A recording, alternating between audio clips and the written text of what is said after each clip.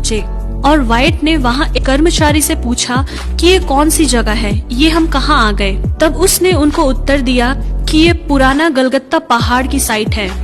अचानक किसी दिशा पर रॉन वाइट ने अपना हाथ बढ़ाकर कहा कि ये वही स्थान है जहाँ पर यीशु मसीह को क्रूस पर चढ़ाया गया था, और वो अपने साथियों को साथ लेकर उस साइट पर आ गए। वहाँ के अधिकारियों के परमिशन के साथ उन्होंने उस साइट पर खोदने का काम स्टार्ट किया और अपने रडार में उन्हें ये पाया कि वहाँ पर लगभग 18 फुट का एक बड़ी चट्टान जमीन के नीचे पाया। वे जब खोदते गए तो उनको एक गुफा जैसा कुछ दिखाई दिया और वहाँ के कर्मचारी जो वहाँ खोदने का काम करते थे वे उस गुफा के अंदर गए और वे डर के मारे वहाँ से भागने लगे, क्योंकि उन्होंने वहाँ जो देखा वो नजारा बहुत गंभीर था।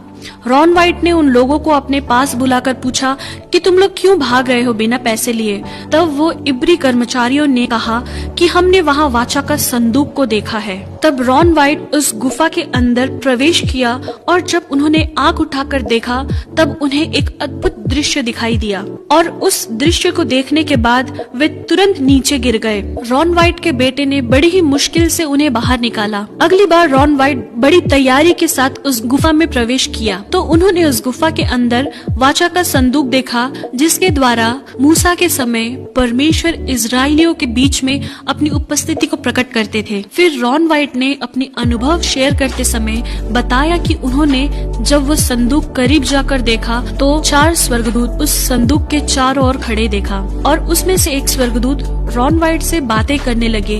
हम 4 मूसा के समय से लेकर अब तक वाचा के संदूक की रखवाली कर रहे हैं। फिर रॉन वाइट ने ये देखा कि उस वाचा के संदूक के ऊपर डामर जैसा कुछ दिखाई दिया और रॉन वाइट ने उस डामर जैसी चीज को वहाँ से निकालकर रिसर्च सेंटर में ले गए। तो रिसर्च के द्वारा ये पता चला कि वो इंसान का खून है जो कई अरसा पुराना होने के कारण सूख चुका है। इस वजह से रिसर्च सेंटर वालों ने कहा हम इसके बारे में ज्यादा जानकारी नहीं दे पाएंगे क्योंकि उस खून का सारा सेल डेड हो गया होगा।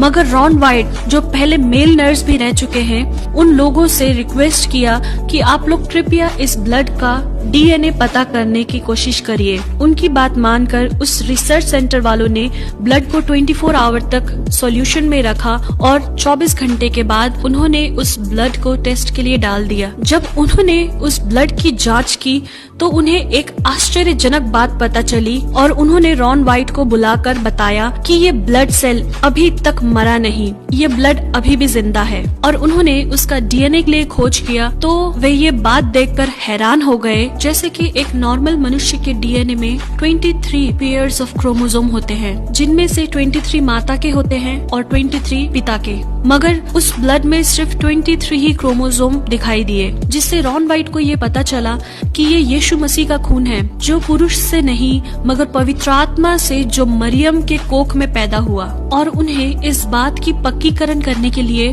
उस वाचा के संदूक के पास फिर से गए और वो जांचने लगे कि वो खून कैसे उस वाचा के संदूक के ऊपर आया। उसी खोजबीन के दौरान उन्हें ये देखने को मिला कि जहाँ वाचा का संदूक रखा गया था उसी स्थान के ऊपर गुफा में एक दरार दिखाई दिया। उस दरार में भी वैसा ही सूखा ब्लड उन्हें देखने को मिला और मालूम हुआ कि वो ब्लड ऊपर से ही बहता आया है। इसके द्वारा उन्हें ये पता चला कि इसके ऊपर वो स्थान है जहाँ पर यीशु मसीह को क्रूस पर चढ़ाया था। और यीशु मसीह की मृत्यु के समय बाइबल में लिखी हुई उन बातों को रॉन वाइट ने याद किया कि धरती डोल गई और चट्टानें तड़क गई। ऐसा वचन मत्ती 27 के 41 में लिखा है। ये वो दरार था जो यीशु के समय में हुआ था, जिसके द्वारा यीशु का लहू बहते हुए उस वाचा के संदूक के ऊपर गिर गया। और उनके हिस्टोरिकल स्टडीज के दौरान उन्हें मकाबिस की किताब से ये लिखा मिला कि यिर्मयाह नबी ने परमेश्वर का संदूक एक गुफा के अंदर छुपाया था। इस किताब को पढ़ने के बाद रॉन वाइट ने ये जाना कि ये पिता परमेश्वर की योजना हो सकती है कि यिर्मयाह नबी के द्वारा उस वाचा के संदूक को उसी गुफा में छुपाया हो जिस गुफा के ऊपर प्रभु यीशु मसीह को क्रूसीफाई किया था। वो यीशु मसीह का क्रूसीफाई का साइट था और जहाँ से प्रभु यीशु मसीह का खून बहकर उस वाचा के संदूक के ऊपर पड़ा। शायद ये पिता परमेश्वर की मर्जी थी अपने पुत्र का लहू उस वाचा के संदूक के ऊपर पड़े, जिस वाचा के संदूक के ऊपर पुराने नियम से हम जानते हैं कि महायाजक लोग जानवरों का खून लेकर वहाँ बलि चढ़ाते थे लोगों के पाप का क्षमा के लिए। मगर अपने पुत्र के एकमात्र बलि के द्वारा पिता परमेश्वर ने उस बहुमूल्य लहू को वाचा के संदूक के ऊपर छिड़काया, जिससे सारी मानव जाति के पापों की क्षमा का सबूत हमें मिलता है।